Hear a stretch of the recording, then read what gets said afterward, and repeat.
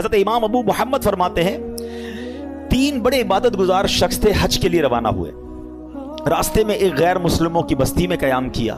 یہ بری صحبتوں کی آپ کو ایک نحوست بھی بتاتا ہوں، بندہ پتہ نہیں کبھی کہاں رہتا ہے، کبھی کن کے ساتھ رہتا ہے، سوچتا بھی نہیں ہے۔ غیر مسلموں کی بستی میں رہے، اب اس تینوں میں سے ایک بندے کی ایک عورت پہ نظر پڑی، ایک لڑکی پہ نظر پڑی، بڑی خوبصورت تھی، اس پہ دل آ گیا۔ ساتھیوں سے کہتا تم جاؤ حج پر، میں ذرا پیچھے آتا ہوں۔ کسی بہانے سے خود رک گیا، وہ ساتھی روانہ ہو گئے۔ یہ پہنچ گیا اس کے والد کے پاس کہ مجھے تمہاری بیٹی سے شادی کرنی ہے۔ کہ میری بیٹی کا مہر تم ادا نہیں کر سکو گے، بہت ہیوی ہے، بہت مہنگا ہے۔ کہ بتاؤ تو صحیح کیا ہے؟ کہ مہر یہ ہے کہ تم اسلام چھوڑ دو اور غیر مسلم ہو جاؤ۔ ساری زندگی جس کی عبادت میں گزری، شیطان نے ایسا حملہ کیا، عورت کا ایک ایسا جال پھینکا اس کے دل پر کہ اس شخص نے اسلام کو چھوڑا اور غیر مذہب اختیار کر لیا۔ حج پہ جا رہا تھا، سفر کون سا تھا؟ حج کا۔ سوچئے شیطان کب کہاں کیسے حملہ کر سکتا ہے، آپ سوچ نہیں سکتے۔ میری زبان نہیں اٹھ رہی ہے مگر اشارے میں بتا دیتا ہوں، طواف کے دوران کیا کچھ ہوتا ہے، ایسی باتیں سامنے آئی ہیں کہ زبان بھی نہیں اٹھتی کہ یار ادھر بھی۔ لیکن شیطان، ہم سمجھتے کعبے کے سامنے کچھ نہیں ہو سکتا، آپ اپنے گھر میں سوچ رہے ہو میں محفوظ ہوں، کعبے کے سامنے بہکاتا ہے وہ، ادھر غلط کام ہو جاتے ہیں، چوری پکڑتے ہوئے نہیں پکڑے جاتے حرم کے اندر ہیں۔ سوچئے شیطان سے کوئی محفوظ نہیں، اپنے آپ کو سیکیور مت سمجھو، اس کی فکر کرنی ہے، دعائیں مانگنی ہے، اس کا علاج کرنا ہے اور اپنے آپ کو ان بری صحبتوں سے بچانا ہے۔ اب کیا ہوا؟ غیر مسلم ہو گیا۔ تھوڑے عرصے کے بعد اس بندے کا اسی مذہب پہ وصال ہو گیا، یعنی کفر پر ہی مر گیا۔ وہ جو دوست تھے نا حج پر گئے تھے، کچھ عرصے بعد اس بستی میں آئے گئے، یار پوچھے تو صحیح دوست کدھر ہے؟ کسی نے بتایا اس نے تو مذہب بھی بدل لیا اور اسی مذہب پر، کفر پر اس کی موت بھی ہو گئی۔ کہا یار قبر ہی بتا دو۔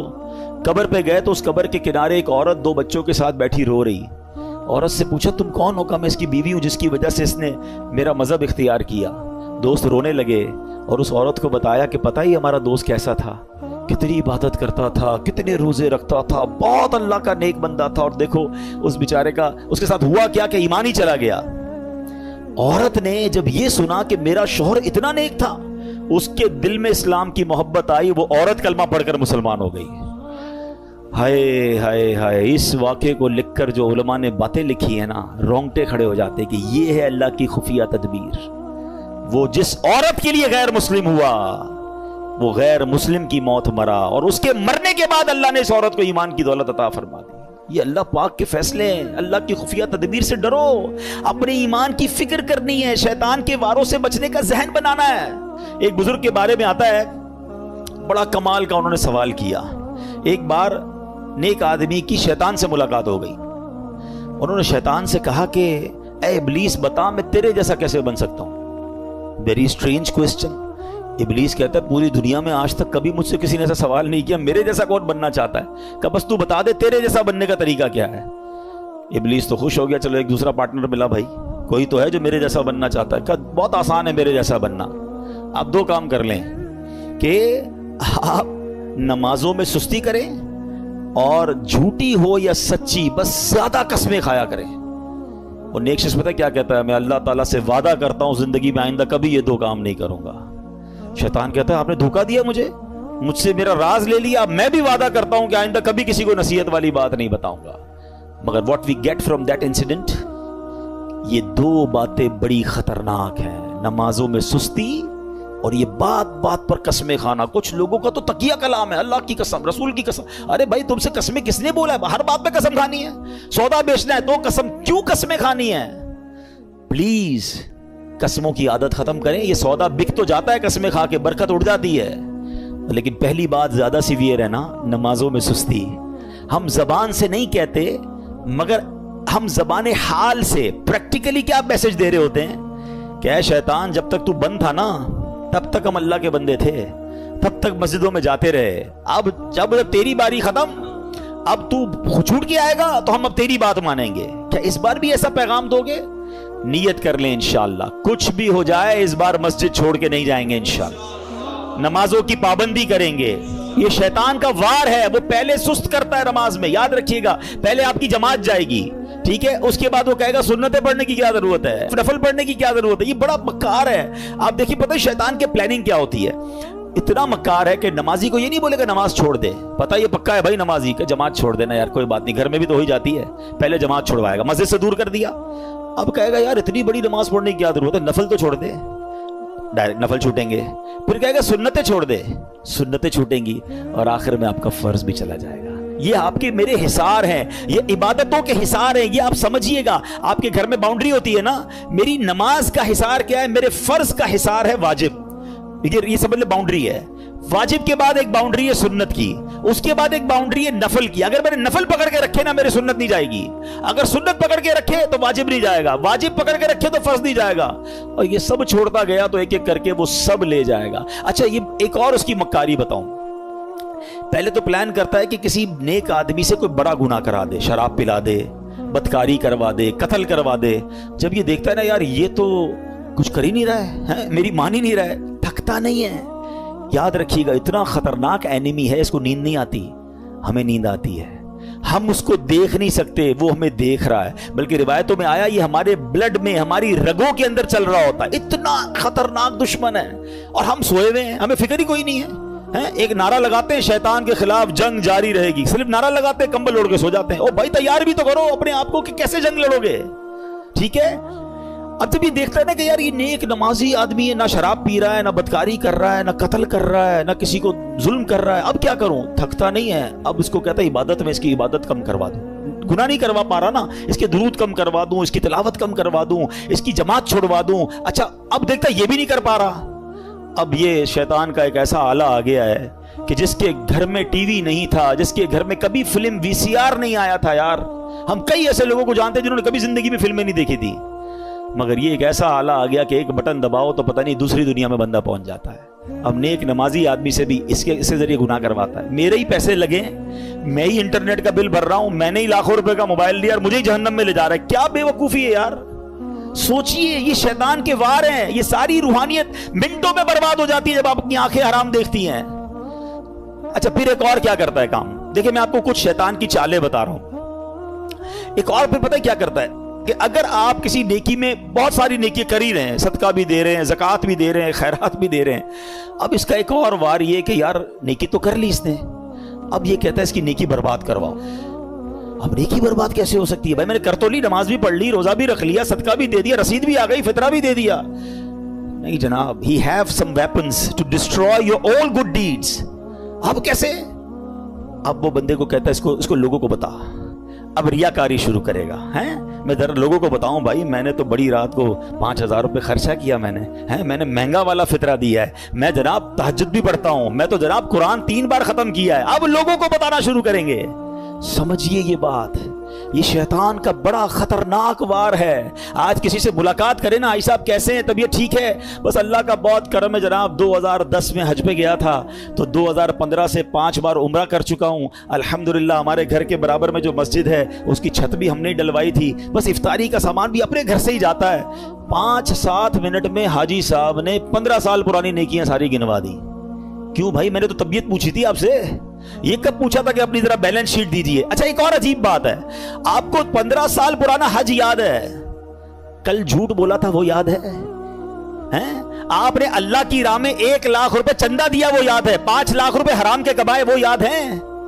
یہ سوچئے، یعنی ہم گناہ کر کے بھول ہی جا رہے ہیں اور نیکیاں بار بار ریمائنڈ ہو رہی ہیں، بار بار ریکال ہو رہی ہے، یہ شیطان کا وار ہے۔ یاد رکھیے گا، بزرگان دین کے یہ اقوال ملتے ہیں کہ اپنے گناہ یاد رکھنا اور نیکیاں بھول جانا یہ اللہ کی عبادت ہے، اور ہمارا سرکل ہی الٹا ہے، ہمیں گناہ تو یاد ہی نہیں ہے۔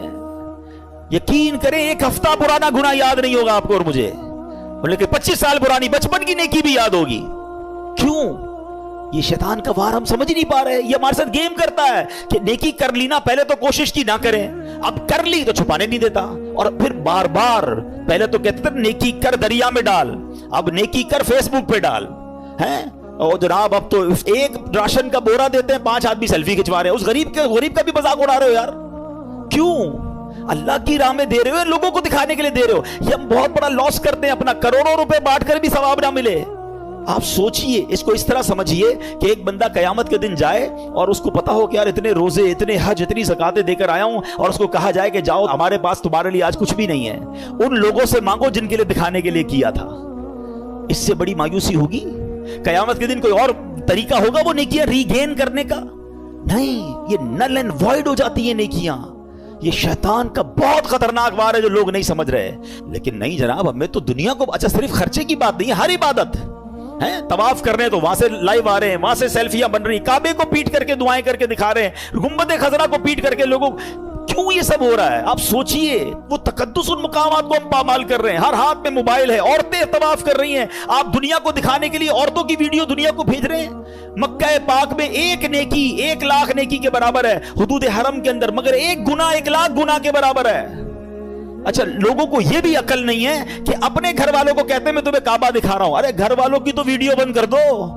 آپ کی گھر کی عورت دنیا پیچھے طواف کرتے ہوئے اس کو دیکھ رہی ہے، وہ کس حالت میں بستر پر بیٹھی سوئی، اچھا گھر کا کوئی فرد بیٹھا ہے، کیوں؟ مطلب اتنا بھی سینس نہیں ہے یار۔ مطلب آپ سوچے تو صحیح کہ وہ مقام کیا یہ ویڈیو بنانے کا ہے؟ وہاں تو گناہ یاد آتے، وہاں آنسو بہتے۔